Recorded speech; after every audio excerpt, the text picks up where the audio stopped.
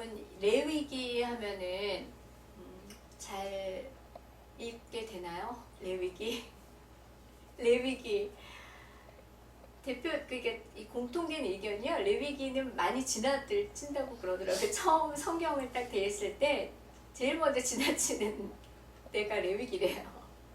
근데 저도 사실 그랬거든요. 성경 읽기 시작할 때 우리 신약부터 읽잖아요. 네, 구약은 좀 어렵고 그렇다가 조금 더 지나가면은 구약이 막 재밌어지는 거예요. 역사니까. 그런데 또 레위기는 또 지났잖아요. 왜냐면은 저도 그런 경험이 있어요. 하나님께서 출애굽기 때부터 성막 제주하라고 모세에게 말씀하시는데 왜 그렇게 복잡한 게 많은 거예요. 그 단위 있잖아요. 뭐 규빗은 몇 규빗으로 할 것이며 뭐 이것은 이렇게 하고 레위기 오면은 제사장들에게 왜 그렇게 규례가 또 많습니까? 뭐 이건 이렇게 해야 되고 저건 저렇게 해야 되고 번제는 이렇게 드리고 그랬는데요. 시간이 지나면서 제가 이 출애굽기와 레위기가 너무너무 은혜로운 겁니다. 은혜로운 걸 떠나서 이제는 이것이 우리 신앙의 기둥이 된다는 것을 알게 되었습니다. 할렐루야.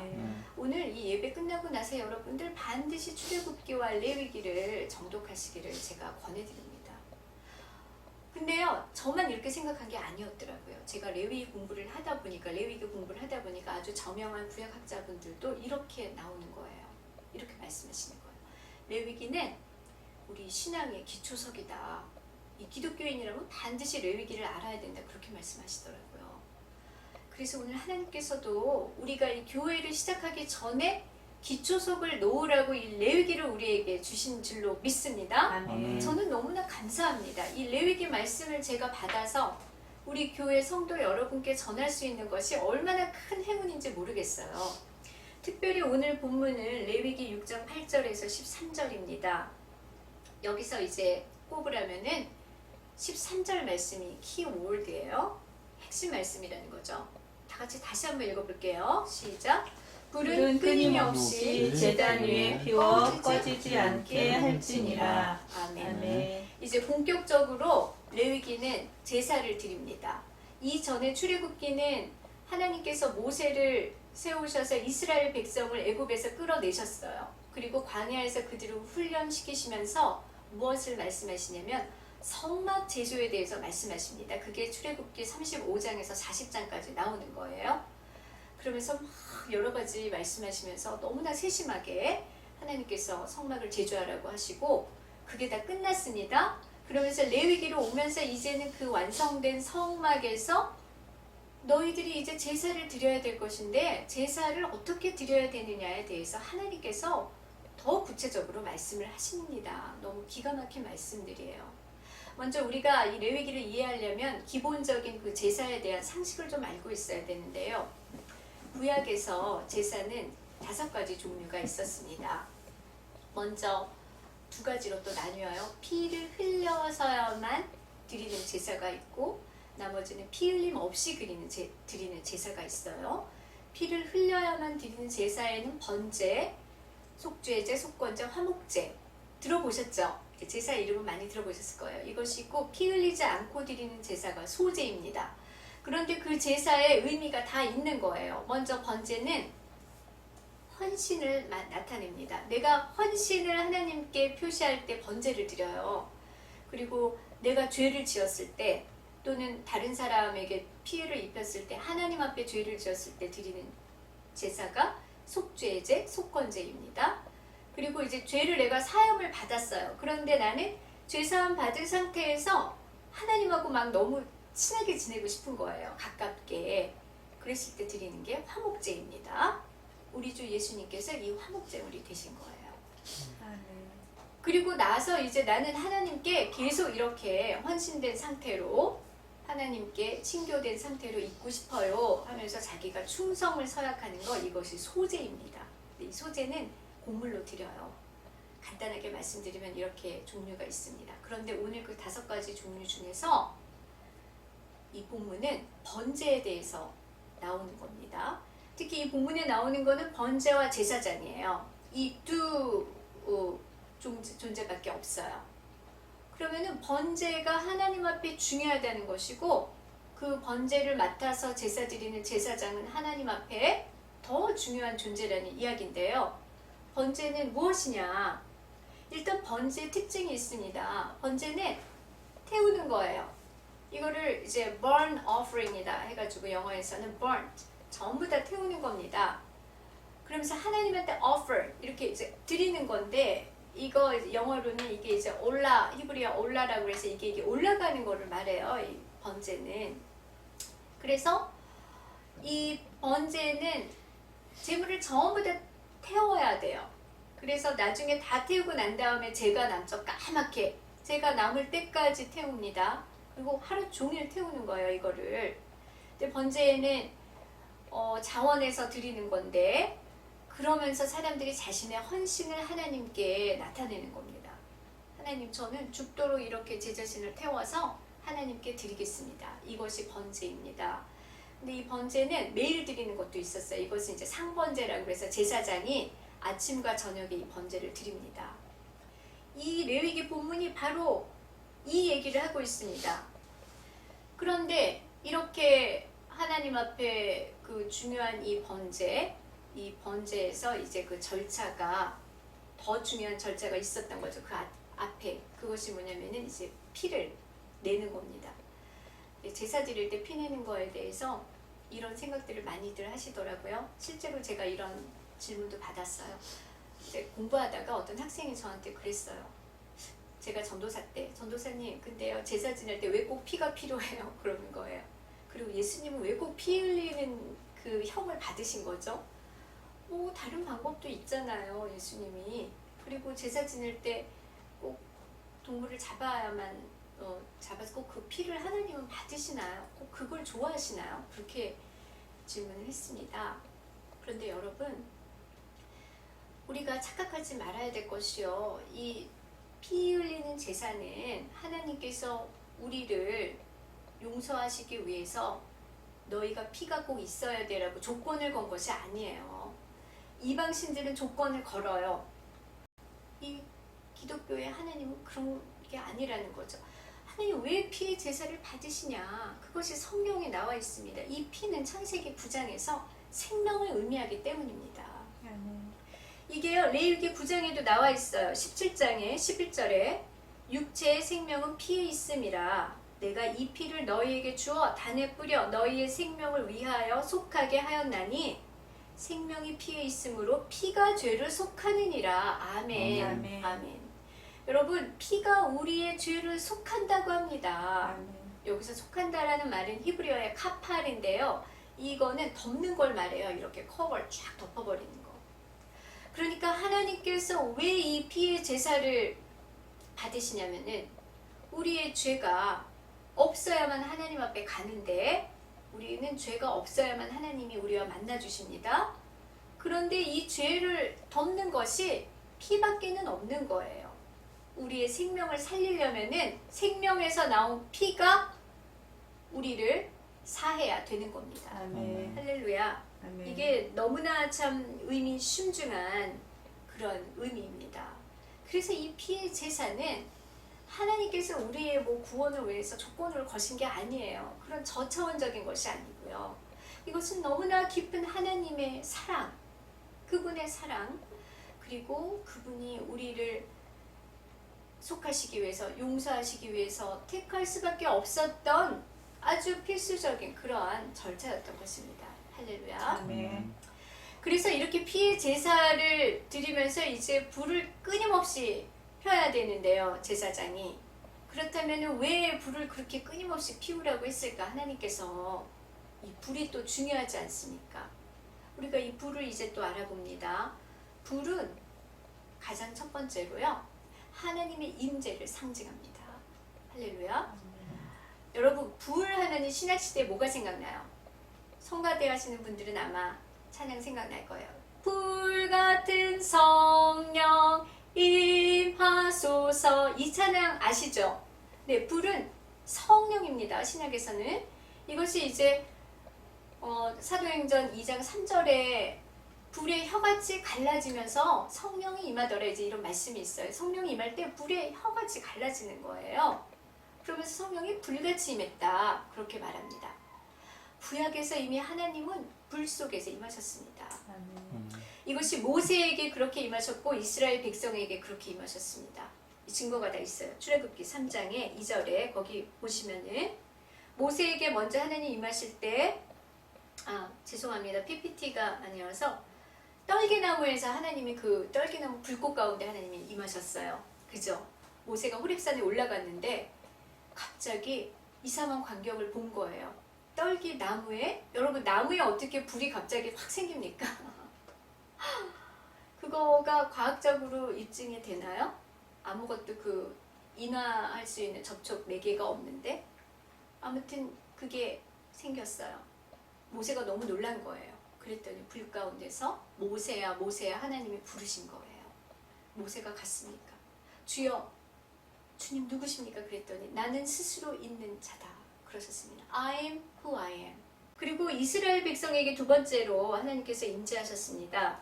그것이 이제 19장에 나와 있습니다. 그때는 하나님께서 출애굽기 그때는 강림하셨어요. 시내산에서. 시내산에 연기가 자욱하니 여호와께서 불 가운데서 거기 강림하심이라. 강림 뭐죠? 하나님께 내려오시는 거예요. 불 가운데. 기가 막히죠. 그러니까 온 산이 다 크게 진동했다고 합니다. 그리고 이제 광야에서도 하나님이 임재하십니다. 13장에 여호와께서 그들 앞에서 가시며 낮에는 구름기둥 밤에는 불기둥으로 하나님께서 임재하셨습니다. 할렐루야. 우리 하나님은 불이에요. 불. 아멘. 할렐루야. 여러분이 성령을 받으시려면 이 성령의 불을 사모하시기 바랍니다. 아멘. 할렐루야. 그래서 이 불은 하나님의 그 역동성을 말합니다. 불같이 임하시는 거예요. 그 거룩한 것. 또한 이 하나님이 이스라엘 백성에게 하나님의 백성들에게 임재하시겠다는 또 표시입니다. 그래서 이 불은요 하나님이 막 스스로 이 불을 점화하셨어요. 그것이 레위기 9장 24절입니다. 불이 여호와 앞에서 나와 제단 위에 번제물과 기름을 살인지라 온 백성이 이를 보고 소리 지르며 엎드렸더라. 레위기 9장 24절에 불이 여호와 앞에서 스스로 팍 나온 거예요. 그래서 이 불은 하나님이 스스로 불도 내셨고 또 제사장이 이 불을 갖다가 하나님이 내신 불을 갖다가 꺼뜨리지 않으려고 또 이렇게 계속해서 나무를 갖다 떼고 번제 제사를 드리는 겁니다. 할렐루야. 아멘. 자 여러분 우리 이 불 되시는 하나님과 영원히 함께 해야 될 줄로 믿습니다. 아멘. 두 번째는 이 불은 예배를 의미합니다. 자 이제 그러면은요 하나님께서 제사장들에게 명령을 하셨잖아요. 불을 절대로 꺼뜨리지 말아라. 그래서 제사장들이 매일매일 한 것이 있어요. 제사장들은 매일 아침에 일찍 일어나서 이 재를 갖다 버리는 거예요. 재를 갖다 버리고 정결케 한 다음에 그 다음에 나무를 해옵니다. 근데 사실 그런 것들이 어떻게 보면은 누가 이제 막 허름한 옷을 입고 막 나무를 해온다는 거죠. 그러면 우리가 어떻게 봐요? 그냥 관심 안 두잖아요. 눈에 띄지도 않아요. 그 나무 캐는 일 어렵죠. 나무 캐다가 뭐 다치면 어떡해요. 그런데 그런 것들이 사람들이 굉장히 해찮게 보는 것들이요. 하나님 앞에서는 가장 중요한 일이라는 겁니다. 그래서 우리는요.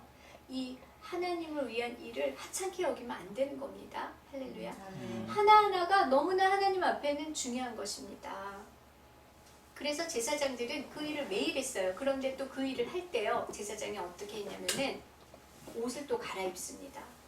처음에 세마포 옷을 입었다가 나중에 또 옷을 갈아입어요. 갈아입고 재를 버리러 가는 거예요. 그러면은 왜 옷을 갈아입었을까 제사장이? 이 옷이 또 기가 막히죠. 출애굽기 39장에 제사장 옷을 하나님이 특별히 지으라고 이제 말씀을 하시는데요. 거기서 제사장 옷을 에봇이라고 얘기합니다. 여러분 에봇 들어보셨죠? 에봇과 흉패 거기에다 우림과 둠림을 두어라 뭐 이런 말 많이 들어보셨죠? 제사장 옷은요 굉장히 특별했어요. 왜냐면 그것은 하나님께서 특별히 제조하신 옷이기 그랬습니다. 그래서 거기에는 아주 천연찬란한 색상이 들어갔어요. 청색실, 홍색실, 금색실, 그리고 자색, 그런 배옷 그런 식으로 이제 배옷을 짜면서 만들었단 말이죠. 그리고 가슴에 그 에봇은 소매가 없었어요. 그래가지고 축 늘어지는 거예요. 그리고 가슴에 이제 흉패를 달았는데요. 흉패는 천이에요. 천을 또 홍색실, 자색, 뭐 금색실, 은색실 해가지고 짠 거예요. 그래서 거기다가 뭘 달았냐면은 이스라엘 12지파를 상징하는 보석에다가 이름을 새겨요. 그래서 그 보석을 12개를 쫙 답니다. 보면 얼마나 화려할까요? 그죠? 너무 화려한 옷이에요. 그리고 머리에다가 이제 관을 만들어서 쓰는데요. 이렇게 관이 이렇게 있으면 여기 띠를 두르는데요. 그 띠는 순금입니다. 그런데 거기서 가장 중요한 것이 여호와께 성결, 글씨를 쓰는 거예요. 이것은 뭘 말합니까? 제사장은요, 여호와께 성결해야만 했습니다. 할렐루야. 제사를 드리려면은 하나님 앞에 거룩해야만 했어요. 그래야지 하나님이 그 제사를 받으셨습니다. 여러분, 우리가 누구입니까? 우리가 구약시대로 보면은요, 우리는 제사장이에요. 베드로전서 2장 9절 말씀입니다. 여러분 많이 아시는 말이에요. 너희는 택한 족속이요, 왕같은 제사장이요, 거룩한 나라요, 하나님이 그 소유된 백성이니. 할렐루야. 우리 제사장이 이 불같은 이 불, 예배, 이거를 우리도 하나님 명령에 따라서 예배 불이 꺼지지 않게 해야 되겠죠. 그러려면 우리 어떻게 해야 됩니까? 제사장처럼 하나님이 명하신 옷을 입어야 되는 겁니다. 그리고 여호와께 성결을 붙여야 돼요. 이것은 우리가 단지 이 성결을 붙이는 거에 그치는 것이 아니라 우리가 하나님 앞에 나올 때는 거룩해야 된다는 것입니다. 우리가 예배 나올 때 거룩해야 돼요. 여러분 혹시 죄 지은 거 있으신가요? 잊어버리고 회개 못 하셨나요? 지금 하시기 바랍니다. 우리 언제나 죄를 회개하고 나와야 되는 것입니다. 요한일서 1장 9절에 예수님이 이렇게 말씀하셨어요. 만일 우리가 우리 죄를 자백하면 그는 미쁘고 의로우사 우리 죄를 사하시며 너희 죄를 사하시며 모든 불의에서 너희를 깨끗게 하실지니라. 할렐루야. 걱정하지 마세요. 여러분, 죄가 있으면 우리 예수님께 고백하면 됩니다. 회개하면 되는 거예요. 그러면 우리도 성결해서 여호와께 성결, 이 문패가 우리 마음과 영혼에 깊숙하게 박히는 것입니다. 할렐루야. 그래서 우리가 이 여호와께 성결이라는 문패를 우리 영혼에 깊숙이 박고 우리가 하나님께 예배 드릴 때 하나님이 그 예배를 받으시는 것입니다. 할렐루야. 마지막으로 이 불은, 제사장이 꺼트려 피워야 되는 그 불은요, 성도들의 헌신을 의미합니다. 이것은 번제예요. 번제. 여러분, 번제가 아까 특징이 제가 뭐라 그랬습니까? 헌신을 뜻하는 거라고 그랬죠. 그래서 이 재물이 하루 종일 타는 거예요. 번제는 그냥 모든 거를 다 태워버리는 거예요. 하나님 앞에서 내가 나의 모든 것들을 다 태워버리는 겁니다. 그러면 뭐가 남겠어요? 쟤밖에 더 남아요. 쟤는 없어지잖아. 나는 없어지는 겁니다. 그래서 우리가 예배를 드리는 거예요. 예배 시간에 내가 있으면 안 됩니다. 우리 헌신을 하나님께 우리는 계속해서 끊이지 않고 드려야 될 줄로 믿습니다. 이 성도들의 헌신을 이렇게 이제 대표적으로 이렇게 많이들 보는데, 또 어떤 우리 특히 초대교회 우리 그 감독님들, 교부님들 같은 경우는 이것들에 대해서 참 너무나 훌륭한 해석들을 많이 하세요. 어떤 분은 하나님께 향한 끊임없이 타오르는 열망이다. 또 어떤 분은 성령의 불이다. 끊임없이 타오르는 불같은 성령이다. 이렇게 이제 불을 그렇게 또 합니다. 그러나 아무튼 우리는 이 헌신, 우리의 헌신이 이 헌신을 꺼뜨리지 말아야 될 줄로 믿습니다. 자, 그래서 이제 구약시대의 제사는 이랬는데요. 그럼 우리가 오늘날 이것을 이제 적용해 봐야 돼요. 우리는 그러면 어떻게 이 제사를 드려야 됩니까, 여러분? 여러분, 오늘 우리가요, 구약시대처럼 제사 드릴 수 있어요? 제물 잡아서 피 낼 수 있습니까? 없죠. 네, 아마 아무도 없어요. 오늘날에는 그렇게 뭐 할 수가 없어요. 그럼 오늘날 우리는 예배를 어떻게 드려야 됩니까? 그래서 히브리서 9장 2절에 보면은요, 예수님께서 제물이 되신 거예요. 제가 읽어드리겠습니다. 염소나 송아지의 피로 아니하고 오직 자기 피로 영원한 속죄를 이루사 단번에 성소에 들어가셨습니다. 할렐루야. 아멘. 저는 이 말씀을 읽을 때 맨날 이렇게 울어요. 여러분, 얼마나 기가 막힙니까? 구약시대는요, 그 제물을 매번 이렇게 가져와가지고 피를 냈잖아요. 그러니까 제사 한번 드리려면은요, 너무나 힘든 거예요. 제물도 비쌌죠. 그 소, 양 비쌌거든요. 그러니까 하나님께서 가난한 사람들은 소하고 양이 없으니까 비둘기라도 가져와라. 그래서 그렇게 제사 드리려면 얼마나 또 긴장돼요. 얼마나 번거롭습니까? 그리고 그 제사가 또 받아들여지냐 안 되냐도 모르는 거고요.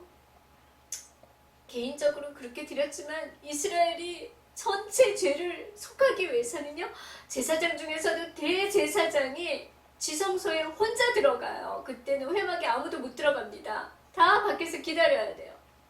딱 한 번, 유일한 그 기회에 딱 한 번 들어가서 하나님 앞에 회개해요.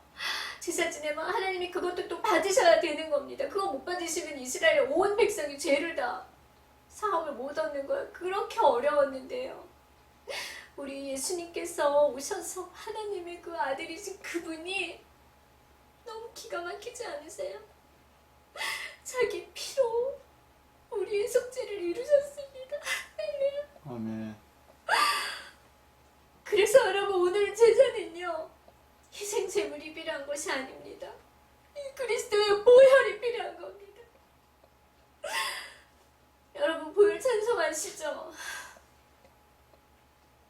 예수 십자가에 흘린 피로써 그대는 씻겨 있는가? 더러운 죄 희게 하는 능력을 그대는 참 의지하는가? 할렐루야. 아멘. 보혈을 지나 하나님 품으로, 보혈을 지나 하나님의 품으로. 여러분, 저의 눈물이 이게 무슨 눈물입니까? 우리 예수님의 피에 대한 감사, 그분의 피로 인해서 제가 구원받은 거에 대한 표시 아니겠습니까? 여러분도 울고 계시잖아요. 주님을 찬양합니다. 할렐루야. 아멘. 그러니까 오늘날 예배는요, 아무것도 필요 없어요. 뭐만 필요합니까? 그리스도의 보혈만 필요합니다. 아멘. 할렐루야.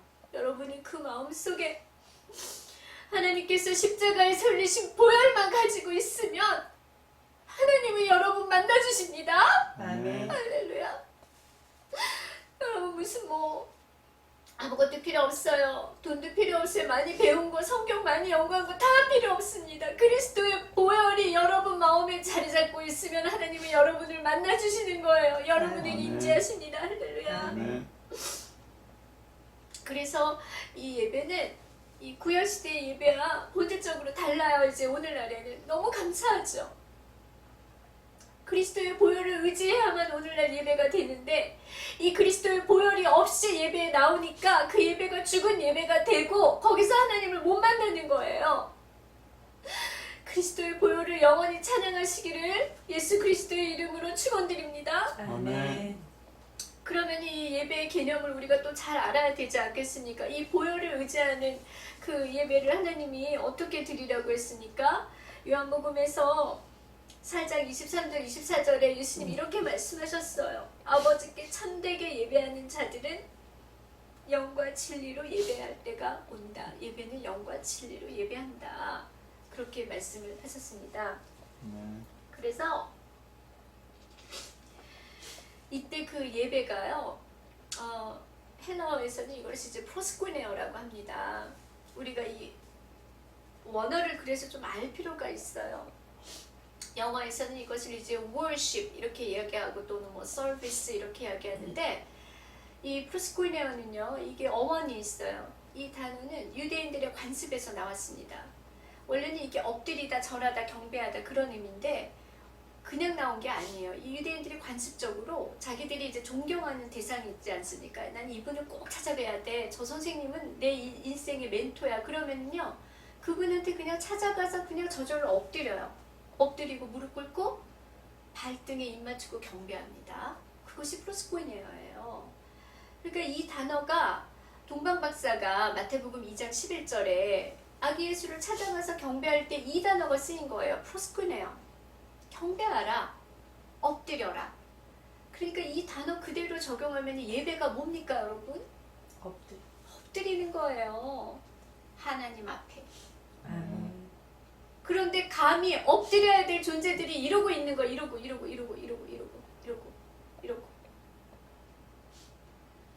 하나님 못 만나요, 여러분? 여러분 하나님 만나고 싶으시면요, 무조건 엎드리시기 바랍니다. 아멘. 내가 어쩌고 저쩌고 이런 거 아무것도 소용없어요. 그냥 엎드리시고 여러분을 그냥 내려놓으세요. 제가 되어주세요. 제가. 아멘. 여러분은 없는 거예요. 그래서 이 엎드리다라는 거를 우리가 더 쉽게 이해를 하려면은 우리 부모님 잔치를 생각하면 되는 거죠. 여러분 그 부모님들 칠순잔치 같은 거 하면은 어떻게 해요? 먼저 뭐 준비합니까? 막 선물 준비하죠. 그럼 어떻게 하면 우리 부모님을 기쁘게 해드릴까? 그래서 막 순서에 보면은요, 먼저 어떤 분은 한 달 전부터 준비하더라고요. 칠순잔치를. 저도 실제로 가서 봤는데 양력을 먼저 쫙 말씀하시더라고요. 저희 어머니 누구누구 여사님은 뭐 몇 년도에 탄생하시고 그러면서 이제 살아온 생애를 쫙 말씀하시고 자식들에게 해주신 그분의 공로 이런 것들을 막 치하해드리는 거예요. 그리고 맨 끝에는 어머니 사랑합니다. 은혜를 잊지 않겠습니다. 이러면서 막 달려나가서 어머니 포옹해드리고 막 업어드리고 선물드리고 막 이러더라고요. 이게 인지상정이죠. 예배는 이런 거예요. 우리가 하나님 앞에 받은 은혜, 그분에 대한 사랑을 높여드리는 겁니다. 할렐루야. 아멘. 찬양하는 거예요. 여러분 예배 별게 아멘. 없어요. 아멘. 뭐 예배 어떤 분이 이거를 잘못 알고 있는 거예요. 내가 뭔가를 얻어가려고 그래. 그래가지고 나 오늘 예배 하나도 은혜가 안 되네. 응답을 안 주시는 거예요. 하나님이. 목사님 설교 오늘 왜 저래? 이건 예배가 아닙니다, 여러분. 예배는요, 하나님 감사합니다. 주님을 찬양합니다. 높여드립니다. 감사합니다. 하루 종일 이것만 해도 그게 예배가 되는 겁니다. 할렐루야. 여러분 이제 예배 오셔가지고 하나님께 뭘 구하거나 그러지 마세요. 그렇게 저차원적인 그렇게 이제 신앙생활 하시면 안 됩니다. 이제는 그냥 하나님을 계속 높여드리는 거예요. 계속 찬양하고 하나님께 그냥 감사만 드리는 겁니다. 아멘. 여러분 그러면은 하나님이 그냥 가만히 계시겠냐고요. 하나님이 임재하시잖아요. 아멘. 하나님이 임재하시면 문제가 해결되는 거 아니겠습니까? 아멘. 아멘. 할렐루야. 이것이 진정한 예배입니다. 아멘. 그런데 문제가 있어요. 그러면 오늘날 이 예배를 어떻게 매일 끊임없이 드립니까? 분명히 13절에 하나님 그러셨잖아요. 불을 끊임없이 피워라. 어떻게 이걸 매일 피워요? 오늘날 현대인들의 특징이 뭐예요? 시간적, 공간적으로 너무나 시간이 많이 제한이 돼 있잖아요. 그렇죠? 이거 어떻게 매일 여러분 오실 수 있으세요? 교회에서 매일 그냥 철야로 그냥 계속 예배 드릴 수 있으십니까? 불가능하거든요. 그래서 이 구약의 예배와 신약의 예배가 이래서 다른 거예요. 그래서 우리 예수님이 너무나 감사한 거예요. 예수님이 이렇게 또 말씀하십니다. 로마서 12장 1절에 그러므로 형제들아 내가 하나님의 모든 자비하심으로 너희를 권하노니 너희 몸을 하나님이 기뻐하시는 거룩한 산제사로 드려라. 이것이 너희의 드릴 영적 예배니라. 여러분 예전에는 구약에서는 번제를 드렸어요. 예배로. 그죠? 헌신의 의미. 그러면 오늘날에는 번제를 못 드리지 않습니까? 누가 제물을 가져와요 오늘날? 산제사를 드리는 겁니다. 뭘로? 우리 몸이 제물이 되는 거예요.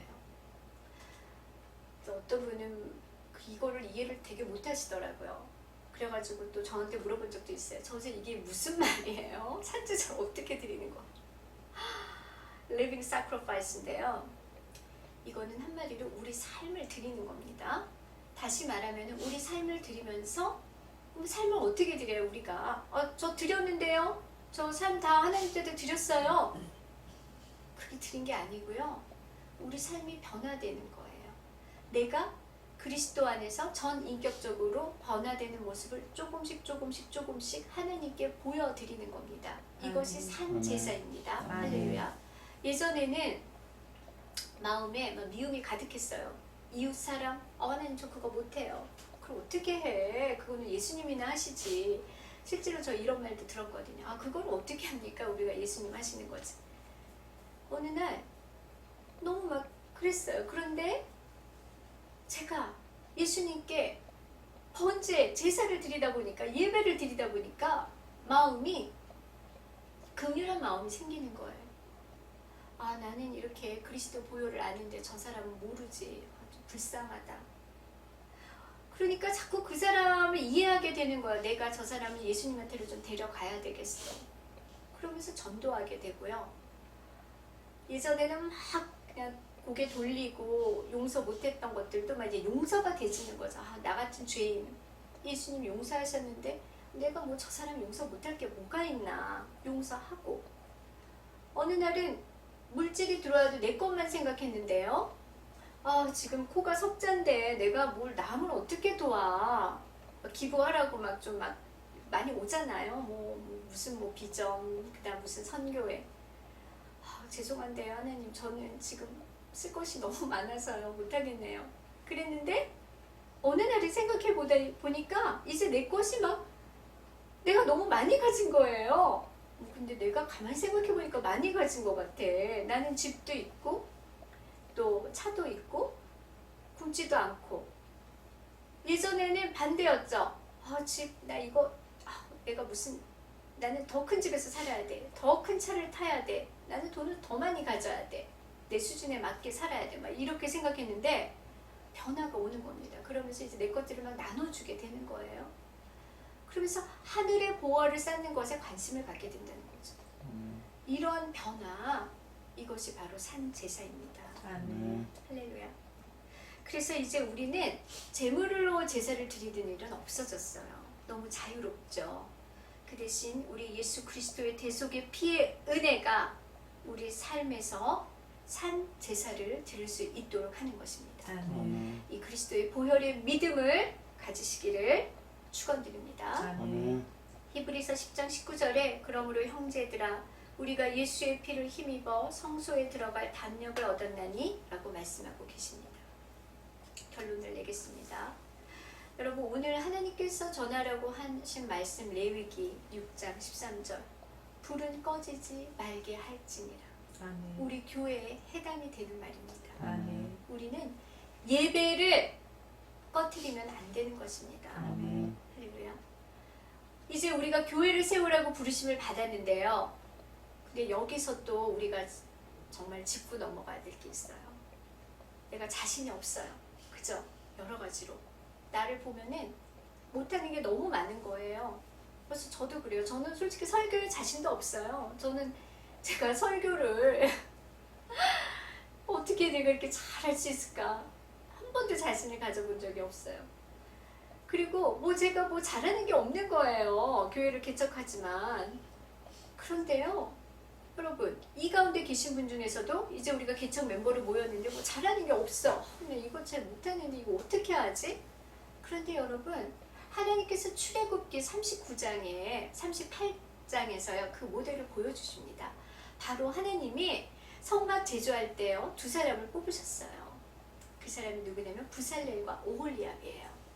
부살렐과 오홀리압은 원래 그들이 좀 잘 만드는 재주를 가지고 있었단 말이죠. 그런데 하나님께서 그들을 택하시고 성막 제조에 쓰시기 위해서요 그 달란트에 30배, 60배, 100배로 축복을 해주셔가지고요 그 많은 신기한 성막에 관한 모든 것들을 이 두 사람이 다 해내놨다는 거 아닙니까? 할렐루야. 여러분, 우리도요 이미 우리는 하나님께 택함을 받았습니다. 제사장이잖아요. 제사장으로 이 자리에 온 우리에게 하나님께서 우리 달란트 조그만 거 하나라도 30배, 60배, 100배의 복을 내려주실 줄로 믿습니다. 아멘. 여러분과 제가 다 이 믿음을 가지고 이 교회를 우리가 하나님께 드려야 됩니다. 아멘. 할렐루야. 그랬을 때 우리는 걱정이 없습니다. 아멘. 할렐루야. 자, 오늘 이것으로 오늘 예배를 마치면서 하나님, 저에게 이 불이 꺼지지 않도록 성령으로 충만케 하시옵소서. 그리고 부살렐과 오홀리압에게 주신 달란트를 저에게도 30배, 60배, 100배로 내려주셔서 우리 교회를 하나님께 기쁨의 교회가 되게 하는데 충만히 저를 사용해 주시옵소서. 우리 다 같이 통성으로 짧게 기도하고 마치도록 하겠습니다.